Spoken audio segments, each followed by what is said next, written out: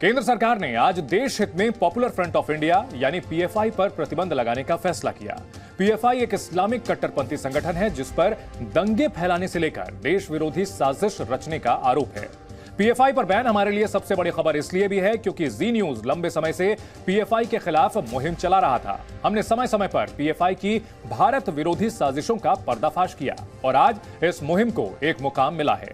PFI के साथ साथ उसके 8 सहयोगी संगठनों पर भी केंद्रीय गृह मंत्रालय ने बैन लगाया है। इनके नाम आप जान लीजिए ताकि अलर्ट रहें। कैंपस फ्रंट ऑफ इंडिया जो कि पीएफआई का स्टूडेंट विंग है, उसे भी प्रतिबंधित कर दिया गया है। सीएफआई जो कि कर्नाटक में हिजाब विवाद में मुख्य भूमिका इसकी रही थी। पीएफआई की महिला विंग राष्ट्रीय महिला मोर्चा को भी प्रतिबंधित कर दिया गया है। साथ ही साथ social activities wing rehab India foundation पर भी प्रतिबंध लगा दिया गया है। Social activities wing rehab foundation Kerala को भी प्रतिबंधित कर दिया गया है। इसके साथ साथ एनसीएचआरओ जो पीएफआई का मानवाधिकार विंग है, वो भी प्रतिबंधों के दायरे में आ चुका है। इसके अलावा पीएफआई के धार्मिक विंग अखिल भारतीय इमाम परिषद के साथ साथ social activities wing empower India foundation और जूनियर फ्रंट को भी प्रतिबंधित कर दिया गया है। पीएफआई और उनके इन संगठनों पर प्रतिबंधों का मकसद यह है कि पीएफआई किसी और नाम से अपने एजेंडे को ना चला सके।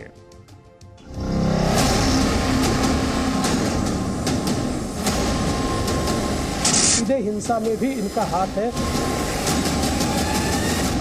कि रेडिकलाइजेशन सिर्फ एक तरफ हो रहा है, नहीं, रेडिकलाइजेशन हर तरफ हो रहा है।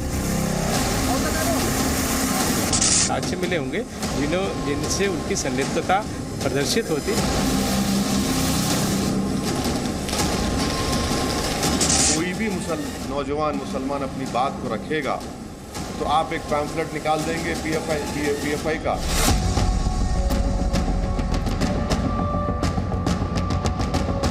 इनके चेहरे उजागर हो गए। 16 साल पहले आतंक का जो बीज हिंदुस्तान में बोया गया, 2022 तक जिसकी जड़ें 23 राज्यों तक फैल गई, दंगों, प्रदर्शनों, मुस्लिम युवकों का ब्रेन वॉश करके और आतंकवादी संगठनों से साठगांठ के जरिए जिस संगठन ने भारत को 2047 तक इस्लामिक राष्ट्र बनाने का ख्वाब पाला, अब उसकी जड़ों को काट दिया गया। पॉपुलर फ्रंट ऑफ इंडिया और उससे जुड़े संगठनों पर सरकार ने 5 साल का बैन लगा दिया है। इस खबर के बाद कहीं खुशी और कहीं गम नजर आया। पहले बात पीएफआई पर बैन के बाद देश भर में मनाई जा रही खुशियों की, क्योंकि ज्यादातर लोग सरकार के इस फैसले से बेहद खुश हैं।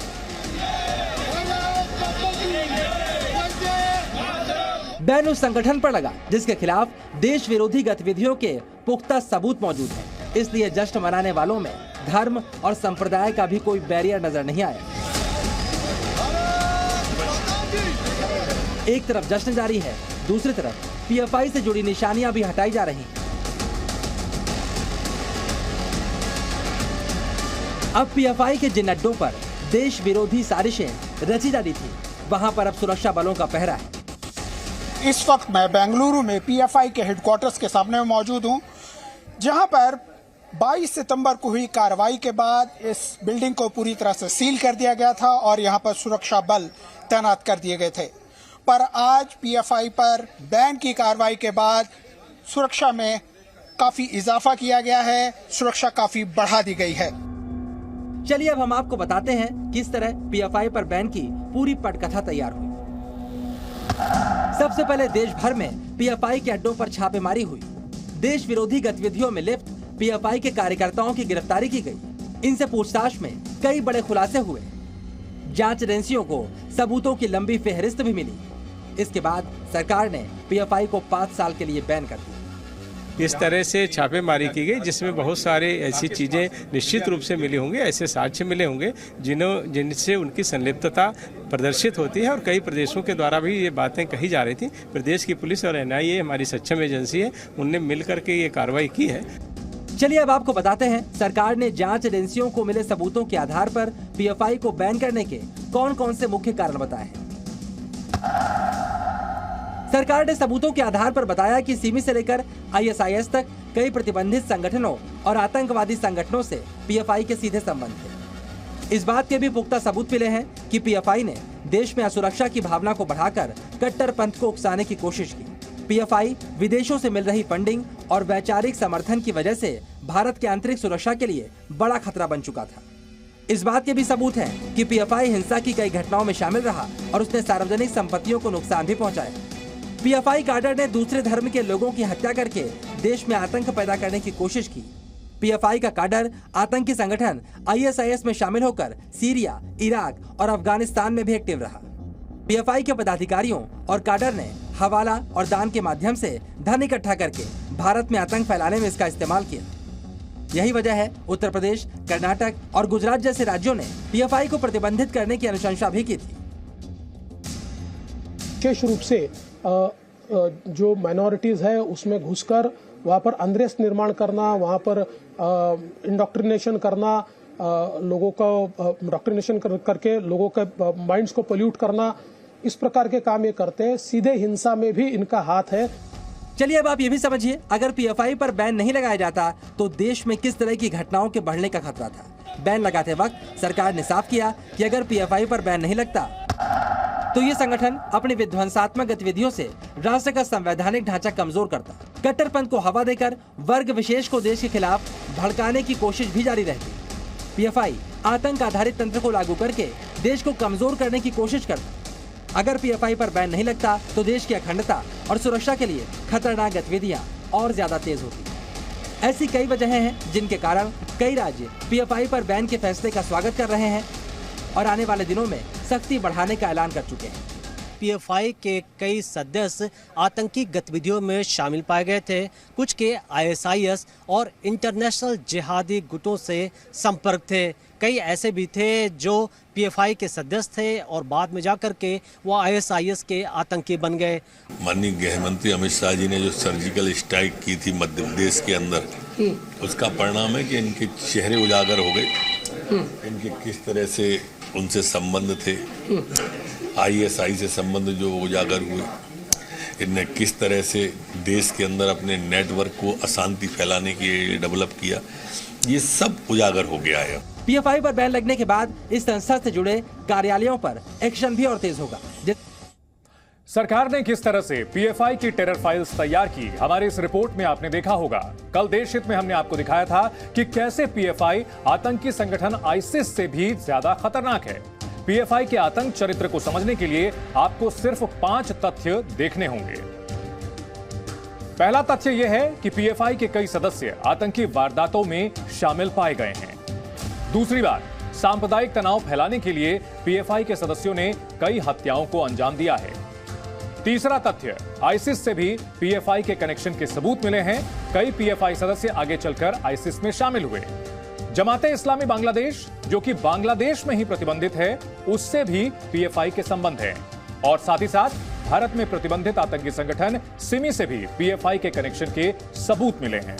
इतने सबूतों के बाद भी कई सियासी दल पीएफआई पर प्रतिबंध से सदमे में हैं। कुछ नेताओं को ओसामा बिन लादेन के फैन पीएफआई से हमदर्दी हो रही है। जिसका हीरो लादेन, उस पर जरूरी था बैन।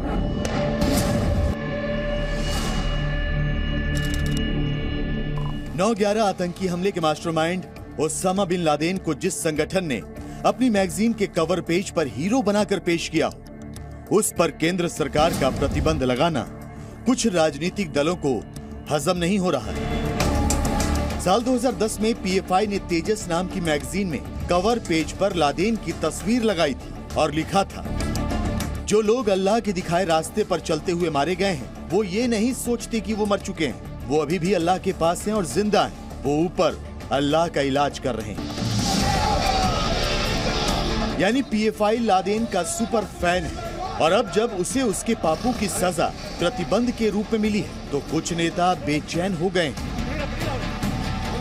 पीएफआई का जांच हो रहा है और पीएफआई के तरह जितने भी संगठन हैं, इंक्लूडिंग आरएसएस, ये सब पर प्रतिबंध लगाइए। एकरूपता लगे, दिखने को लगे। ऐसा नहीं कि ये फीलिंग जाए कि खास करके मुस्लिम संगठनों को ये तो दुर्गा वाहिनी भी बनाए थे और आरएसएस को बैन पहले भी किया गया था इमरजेंसी में भी। और एक साथ इस तरह के जितने भी संगठन हैं सबको बैन करिए। पीएफआई की जो ये रेडिकल एक्सट्रीम अप्रोच है उसका हमेशा मैं अपोज किया हूँ और करता रहूँगा, चाहे कोई रेडिकल एक्सट्रीम अप्रोच अडॉप्ट करेगा। मगर ये बैन इसलिए हम सपोर्ट नहीं कर सकते क्योंकि चंद इंडिविजुअल अगर कोई क्राइम करते हैं, ये जो ड्रैकोनियन बैन जो लगाया गया है ये मुस्तकबिल के लिए एक डेंजरस चीज़ है। देखो, ये बात है कि ये नई संस्था नहीं है, पुरानी है, तो क्या उनको जो सबूत हैं क्या अभी मिले? अगर ये पहले से चल रही थी और ये आतंकवादी संस्थाओं से जुड़ी हुई थी तो आप इतने साल क्या कर रहे थे? पूरे देश में इसके जरिए ध्रुवीकरण का काम 2024 के लिए किया जाए और इस देश में मुसलमानों को इसके जरिए डराने का, धमकाने का काम किया जाए। लालू यादव से लेकर अजदुद्दीन ओवैसी तक इनकी दलील यह है कि जब पीएफआई पर प्रतिबंध लगाने का फैसला हो सकता है तो संघ पर क्यों नहीं? यानी ये नेतागण पीएफआई की तुलना आरएसएस से कर रहे हैं। क्या ऐसी तुलना इसलिए कि इस मामले को हिंदू मुस्लिम का रंग दिया जा सके? कांग्रेस सांसद अब्दुल खालिक सबूत भी मांग रहे हैं और डरा भी रहे हैं। उन्होंने कहा कि सरकार को पीएफआई से जुड़े सारे सबूत जनता के सामने लाने चाहिए। सरकार को मुसलमानों के खिलाफ ऐसा कुछ नहीं करना चाहिए जिससे मुसलमान आतंकी संगठनों के प्रति आकर्षित हो जाएं। ऐसी साजिश हो रही है कि मुसलमान आतंक का रास्ता अपना लें।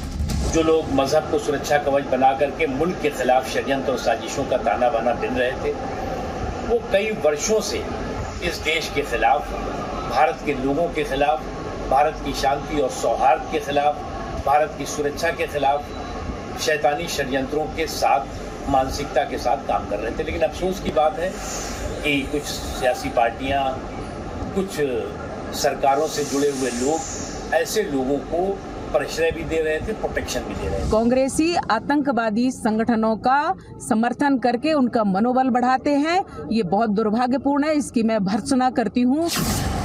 जिसका आईएसआईएस से संबंध, उस पर जरूरी था प्रतिबंध। जी न्यूज ने ही सबसे पहले पीएफआई के बारे में खुलासा किया था कि ये कट्टर इस्लामिक संगठन, आतंकवादी संगठन आईएसआईएस के लिए भर्तियां करता है। केंद्र सरकार ने भी पीएफआई के आईएसआईएस से रिश्ते की पुष्टि की है। जिसके सीमी से रिश्ते वो आखिर कब तक बचते? केंद्रीय गृह मंत्रालय ने पीएफआई पर बैन के फैसले में इस बात का जिक्र किया है कि पीएफआई के कुछ संस्थापक सदस्य प्रतिबंधित आतंकी संगठन सिमी यानी students Islamic movement of India के सदस्य रहे हैं। सिमी की बात आपने कही। सिमी को अटल बिहारी वाजपेयी जी ने 2001 में बैन किया था। 6 अगस्त 2008 को सिमी पर दोबारा बैन लगा है जो लगातार जारी है। सिमी बना था 25 अप्रैल 1977 में अलीगढ़ में और केवल एक उद्देश्य था भारत को इस्लामिक कंट्री बनाना। एक और संगठन बना, खूनी संगठन इंडियन मुजाहिदीन, जिसमें पड़ोसी मुल्क ने ट्रेनिंग दिया, फंडिंग किया, जिन्होंने पूरे देश में तमाम जगहों पर बम ब्लास्ट करके 1000 से ज्यादा लोगों को मार दिया। दावा किया जाता है कि साल 2001 में सिमी पर बैन लगने के बाद पीएफआई का गठन हुआ और ये एक तरह से सिमी का फ्रंट फेस बन गया। अब आपको सिमी और पीएफआई के फाउंडर मेंबर्स को जानना और समझना होगा। ये है नसीरुद्दीन इलाम आराम, E.M. अब्दुल रहमान, E. अबू बकर और प्रोफेसर पी कोया। ये चारों पीएफआई के संस्थापक सदस्य थे। इन चारों सदस्यों में 2 प्रोफेसर पी कोया और E. अबू बकर सिमी के संस्थापक सदस्यों में शामिल रहे, जबकि E.M. अब्दुल रहमान सिमी में काफी सीनियर पोस्ट पर काम कर चुका है। इसके अलावा पीएफआई का राज्य सचिव अब्दुल हमीद भी कभी सिमी का सचिव रह चुका था। मतलब जो लोग पहले सिमी से जुड़े थे, बाद में उन लोगों ने न केवल पीएफआई की स्थापना की बल्कि उसके साथ लगातार जुड़े रहे। 16 सालों में 23 राज्यों तक फैल चुके पीएफआई पर पाबंदी की मांग कई सालों से हो रही थी और इस बार मोदी सरकार ने पीएफआई पर बैन लगाकर कट्टरपंथ की ताबूत में की ठोंक। लखनऊ से विशाल सिंह, दिल्ली से मनीष शुक्ला और आलोक वर्मा के साथ ब्यूरो रिपोर्ट, जी मीडिया। ब्रेक के बाद देश हित में आपका स्वागत है। मुस्लिमों को अपना वोट बैंक समझने वाली कई पार्टियां पीएफआई पर प्रतिबंध का विरोध कर रही हैं, लेकिन देश का मुस्लिम समुदाय क्या सोचता है? पीएफआई पर बैन से देश के मुसलमान खुश हैं या नाराज? इसका जवाब सिर्फ 2-4 बयानों से तो नहीं मिल सकता, लेकिन देश के अलग अलग शहरों से कुछ जिम्मेदार उलमाओं और मुस्लिम संगठनों के जो बयान आए हैं, जो तस्वीरें आई हैं, उन्हें समेटकर हमने आपके लिए एक रिपोर्ट तैयार की है।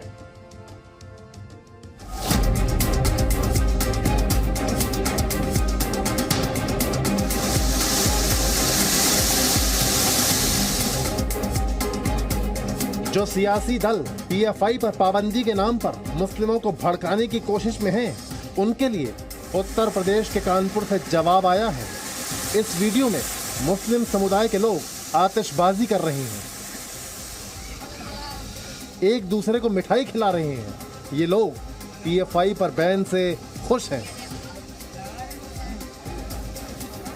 कानपुर के सूफी खानकाह एसोसिएशन ने सरकार के फैसले का स्वागत करते हुए पीएफआई को देश विरोधी संगठन बताया। एसोसिएशन के अध्यक्ष कौसर हसन मजीदी का दावा है कि वो लंबे समय से पीएफआई के खिलाफ मुहिम चला रहे थे। पूरे देश में हमारे संगठन के द्वारा, हमारे साथियों के द्वारा पूरे देश में विभिन्न प्रेस कॉन्फ्रेंस की गई, धरने दिए गए, प्रदर्शन किए। हम लोगों ने भारत के विभिन्न नगरों में प्रदर्शन किए। कोटा जो पीएफआई का गढ़ माना जाता था, हम लोगों ने वहां धरना देने का प्रयास किया, लेकिन स्थानीय सरकार ने हम लोगों को धरने की अनुमति नहीं दी। सूफी इस्लामिक बोर्ड भी पीएफआई के बैन से खुश है। सूफी इस्लामिक बोर्ड के राष्ट्रीय प्रवक्ता कशिश वारसी ने कहा कि पीएफआई पर प्रतिबंध का फैसला उनकी जीत है। ये मेरी लड़ाई थी, मेरे संगठन सूफी इस्लामिक बोर्ड की लड़ाई थी। हमारी फतेह है, हमारे देश की फतेह और हर नागरिक की फतेह है, क्योंकि ऐसे लोग जो अपने कौम के लोगों को गुमराह करें, देश के खिलाफ खड़ा करें, सही रास्ता नहीं दिखाएं, ऐसे हर संगठन को, देश की सरकार को बैन कर देना चाहिए। बरेली के उलेमा की तरफ से भी खुशी जाहिर की गई। ऑल इंडिया मुस्लिम जमात के राष्ट्रीय अध्यक्ष मौलाना शहाबुद्दीन बरेलवी ने पीएफआई पर बैन के फैसले का स्वागत किया है। भारत सरकार ने पॉपुलर फ्रंट ऑफ इंडिया, जिसको पीएफआई कहते हैं, उस पर प्रतिबंध लगाया है। वो स्वागत योग्य है और काबिल इस्तकबाल है। मैं सराहना करता हूँ भारत सरकार की कि उसने पीएफआई पर प्रतिबंध लगाया। ये कदम पहले ही उठाना चाहिए था।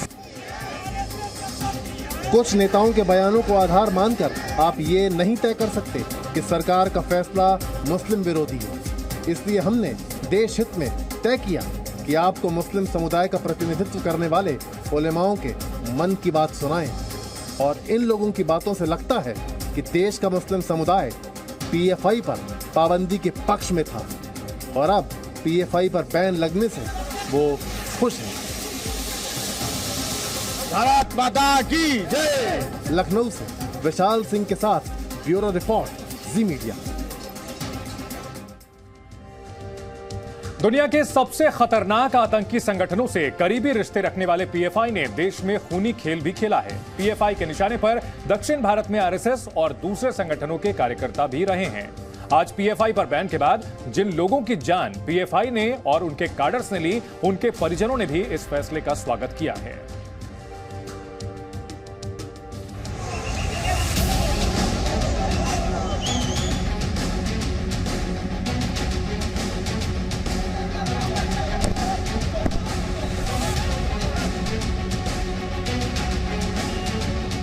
पीएफआई पर बैन उन लोगों के जख्मों पर मरहम भी है जिनसे पीएफआई ने उनके अपनों को छीना था। पीएफआई के कई आतंकी संगठनों से कनेक्शन सामने आए तो दूसरे धर्मों और संगठन के लोग भी पीएफआई के निशाने पर हैं। पीएफआई के कार्यकर्ताओं पर हत्याओं के कई आरोप लगे।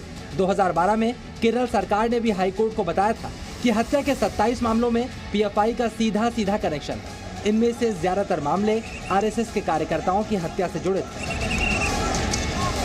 पीएफआई पर बैन लगाने के कारणों को गिनवाते हुए सरकार ने उन लोगों का जिक्र भी किया जिनकी हत्या पीएफआई ने की। दक्षिण भारत में पीएफआई ने ज्यादातर लोगों को अपना निशाना बनाया।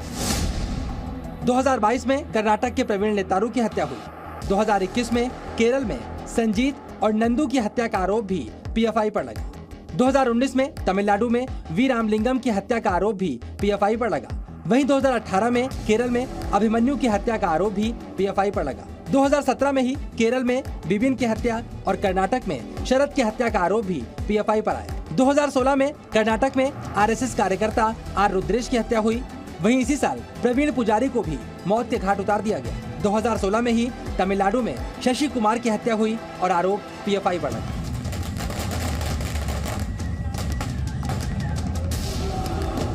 सरकार ने बताया है कि पीएफआई ने यह हत्याएं दहशत पैदा करने के लिए की थी। अब जिन लोगों की हत्या का आरोप पीएफआई पर लगा है, उनके परिजन इस संगठन पर बैन के फैसले का स्वागत कर रहे हैं। वो सब कुछ से बैन करना था, कैंसर के करवा दें, सचमुच करा के ये संपूर्ण की बैन करना। और जो रुद्रेश के केस में गिरफ्तार हुए हैं लोग, उनको क्या सजा मिलनी चाहिए? वो हैंग करना था। पीएफआई पर बैन के बाद अब एजेंसियों का इस संगठन और इससे जुड़े लोगों पर एक्शन और तेज होगा, जिसके बाद कई और हत्याओं के राज खुल सकते हैं। बेंगलुरु से जयपाल शर्मा के साथ मनीष शुक्ला, जी मीडिया, दिल्ली। पीएफआई के बाद देश हित में अब बात करते हैं ईरान की। ईरान इस वक्त चर्चा में क्यों है, ये बताने की शायद अब जरूरत नहीं है, लेकिन ईरान हिजाब से आजादी की कितनी बड़ी कीमत चुका रहा है, ये आपको जरूर जानना चाहिए। हिजाब के खिलाफ प्रदर्शनों में अब तक करीब 80 लोग मारे जा चुके हैं। इन्हीं में महसा अमीनी और हदीस नजफी शामिल हैं।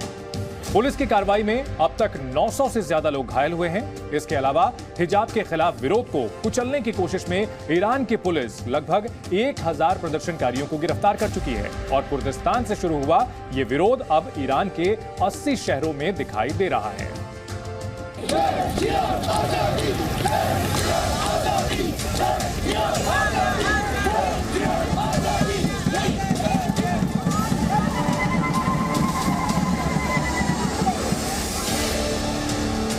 हिजाब के इस इंकलाब को रोकना भारी है।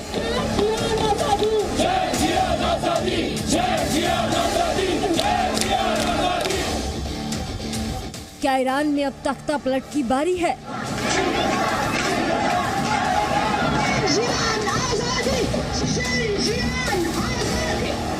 ईरान में हिजाब के खिलाफ 12 दिन से विरोध हो रहा है। हर घंटे, हर मिनट, हर सेकंड के साथ ये प्रदर्शन और बड़े होते जा रहे हैं। कुर्दिस्तान ईरान का एक ऐसा शहर था जहां से चिंगारी उठी, लेकिन उस विरोध की आग ईरान के 80 शहरों में दहक रही है। हालात ये है कि ईरान की पुलिस के लिए विरोध पर काबू पाना मुश्किल हो गया है। अब कई मीडिया रिपोर्ट्स में ईरान में तख्ता पलट की आशंका जताई गई है। बताया ये भी जा रहा है कि ईरानी सेना के टॉप कमांडरों ने बढ़ते विरोध के डर से अपने परिवार को सुरक्षित जगहों पर भेज दिया है, ताकि अगर इन प्रदर्शनों पर काबू न पाया गया और स्थिति और बदतर हो गई तो परिवार को ईरान से बाहर भेजा जा सके। ईरान के इन विरोध प्रदर्शनों में महिलाओं के साथ साथ पुरुष भी शामिल हैं। हर वर्ग इस विरोध का हिस्सा है और यही बात ईरान की बर्बर पुलिस को कचोट रही है। प्रदर्शनकारी हिजाब से आजादी की बात कर रहे हैं, लेकिन ईरान की पुलिस उन्हें इस्लामिक गणतंत्र का दुश्मन बता रही है। ईरान की पुलिस कमांड ने अपने बयान में कहा कि आज इस्लामिक रिपब्लिक ऑफ ईरान के दुश्मन और कुछ दंगाई किसी भी तरह से देश की व्यवस्था, सुरक्षा और आराम को बाधित करना चाहते हैं। पुलिस अधिकारी हर प्रदर्शनकारी और अराजक तत्वों की साजिश का पूरी ताकत से विरोध करेंगे और देश में कहीं भी सार्वजनिक व्यवस्था और सुरक्षा को बिगाड़ने वालों से सख्ती से निपटेंगे। यानी आवाज जितनी बुलंद होगी उसे उतनी ही बेरहमी से कुचला जाएगा, ये कहना है ईरान की पुलिस का। लेकिन ईरान के लोगों का इरादा किसी भी दमनकारी नीति को बर्दाश्त करने का नहीं लगता और ईरान में बदलाव की उम्मीद सिर्फ यही नहीं, दुनिया के कई देशों से उठ रही है।